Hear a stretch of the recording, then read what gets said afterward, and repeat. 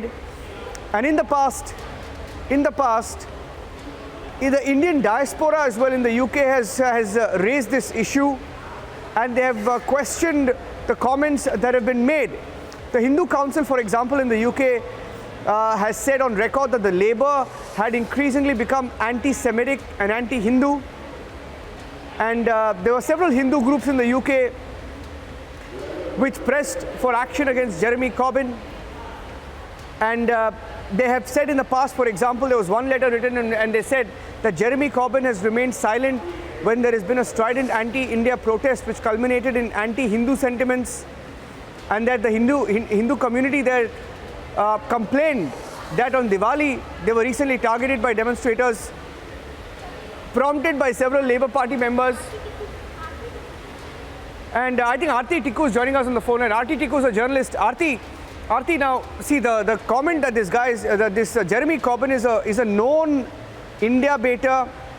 He's a known India baiter. He's a known known leader, ultra left, backing separatism, backing terrorism almost in Kashmir, making anti-Semitic, anti-Hindu comments. And this meeting that Rahul Gandhi has had basically raises questions at many levels.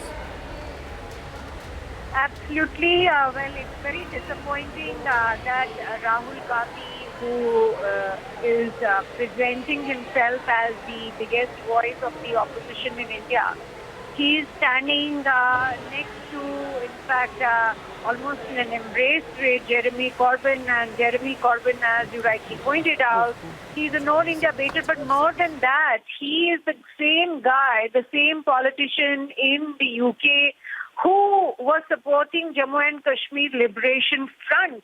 JKLF, let me remind your audience, is a terror organization. It's a banned terror organization as of today. Yasin Malik, who has been recently convicted in terror funding case, and he is also being tried for the murder of our Air Force personnel and officers in Kashmir.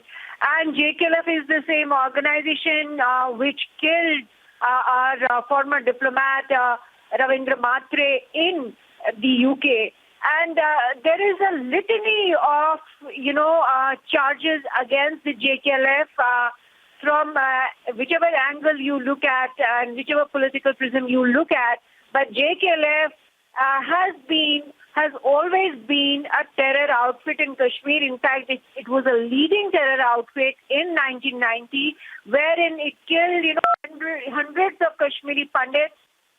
One of their terrorists, Bita Karate, who was affiliated with the terror group, he killed hundreds of Kashmiri pundits and also confessed it on television that he killed dozens, after which he forgot the count.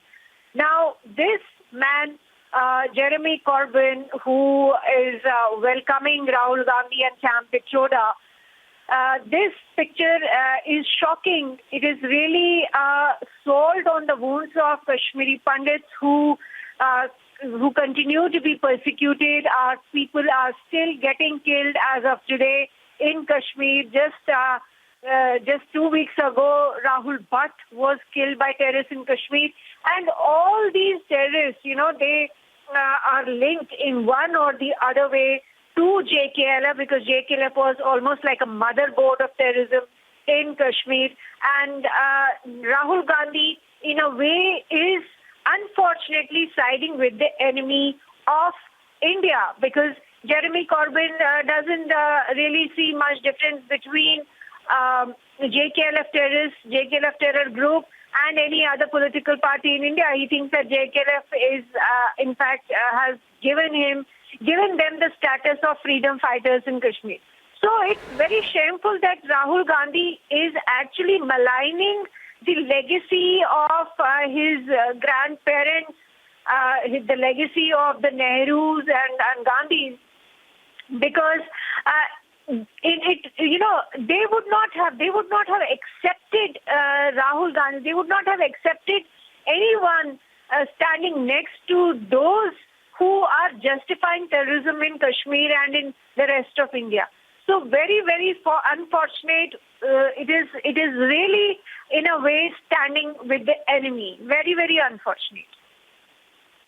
But it's bizarre. I mean, it really defeats, it is beyond anyone. I mean, why would you meet someone like this? And even if you did, openly tweeting the picture for someone who's openly taken an anti-India, anti-Hindu, anti-Kashmir line on and differing from India, for them to tweet such a picture, as a journalist, it just baffles all of us on what's really going on, Aarti. I'll get a quick comment from you on that. Of course, so Rahul Gandhi, as one of the opposition leaders, he is free to meet leaders across the world. There is no ban on that. There is no prohibition on that. But then flaunting by standing next to him and by in a way almost endorsing Jeremy Corbyn. It is politically very, very insensitive, because the wounds of Kashmiri pundits have not healed. We remain refugees in our own country. Our genocide has been whitewashed by militants, by terrorists, by separatists, especially Jammu and Kashmir Liberation Front. And Jeremy Corbyn is a party to that crime. And for Rahul Gandhi, who himself claims to be a Kashmiri pundit, or seems to have, certainly has Kashmiri Pandit linkage in his family, but he is showing absolute insensitivity, apathy towards the victims of this ideology which Jeremy Corbyn supports. It's very, very shameful that this is in public domain. If he was going to meet Jeremy Corbyn for whatever reasons, diplomacy or for whatever other reasons, this should not have been in public, because it is leaving a very bad taste in one's mouth. And from the Kashmiri Pandit perspective, this is absolutely shameful. Yeah, absolutely. Thank you for that, Aarti. Aarti Tikku, journalist, joining us on the phone line. And the story broken by Republic, ladies and gentlemen. We broke the story at about 1:30, and all channels now following Republic, setting the news agenda once again with this big news break.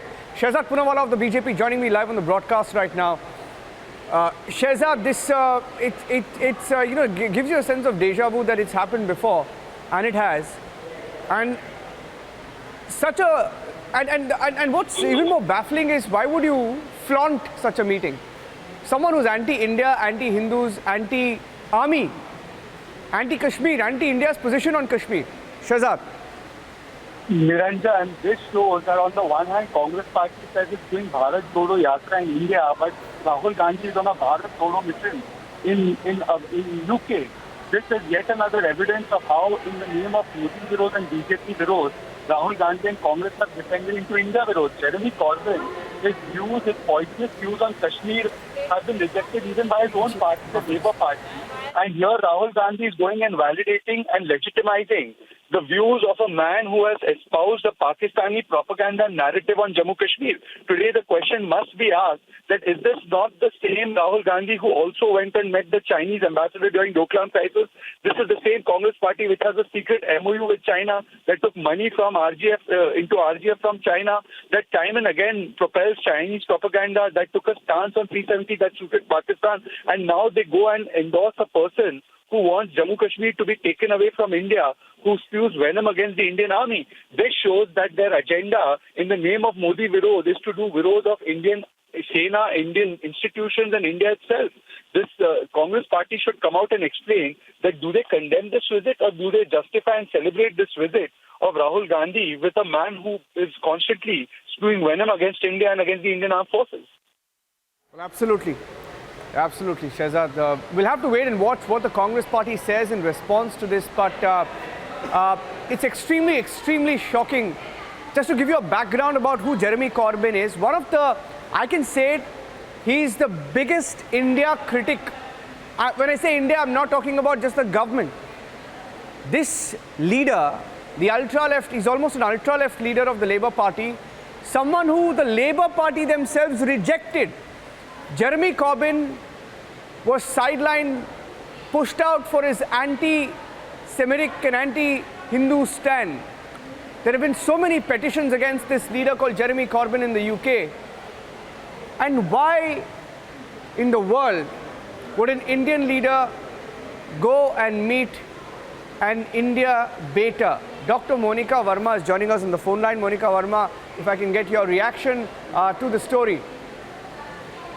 Thanks, Niranjan. I think it's particularly shocking, but also, I'm surprised to say honestly, because, if Rahul Gandhi was meeting people like these, it's not a secret anymore. We have seen him, diplomatically engaging China at his party's level. And today, what he really saw is something shocking, but also surprising. Why is he going around on Twitter and, demonstrating that he's actually, hand in gloves with people who do not consider Kashmir as an integral part of India? So this is, I'm kind of surprised who's advising him to put pictures like these on Twitter, because we know that he has been meeting such elements in private. But I mean, really kudos and, kudos to his guts really that he can put such pictures on his social media platform.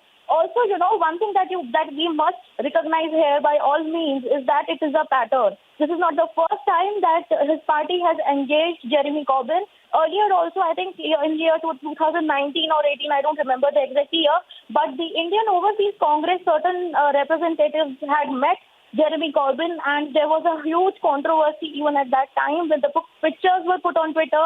And, even the senior Congress leaders had come on record and they had condemned it, and they had said that, there is no business discussing India's domestic policy issues and something as sensitive as Kashmir with someone like Jeremy Corbyn. So I am surprised at one level, but I'm also, wondering who is actually advising Rahul Gandhi to be putting such pictures on Twitter.